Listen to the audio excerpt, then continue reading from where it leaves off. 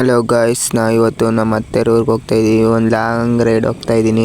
ಇವತ್ತು first time ಹೋಗ್ತಾ ಇರೋದು ಗಾಡಿನಲ್ಲಿ, ಸ್ಕೂಟಿನಲ್ಲಿ.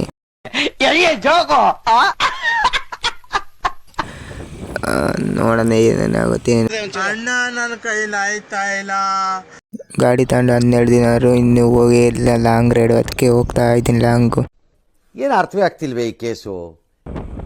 ನಿಮಗೆಲ್ಲ ಈ ರೋಡ್ ಗೊತ್ತಿರ್ಬೋದು, ಆದರೂ ಹೇಳ್ತೀನಿ ನೋಡ್ಕೊಳ್ಳಿ. ಮೊದಲು ರೋಡು ಹೋಗ್ತಾ ಇದ್ದೀನಿ.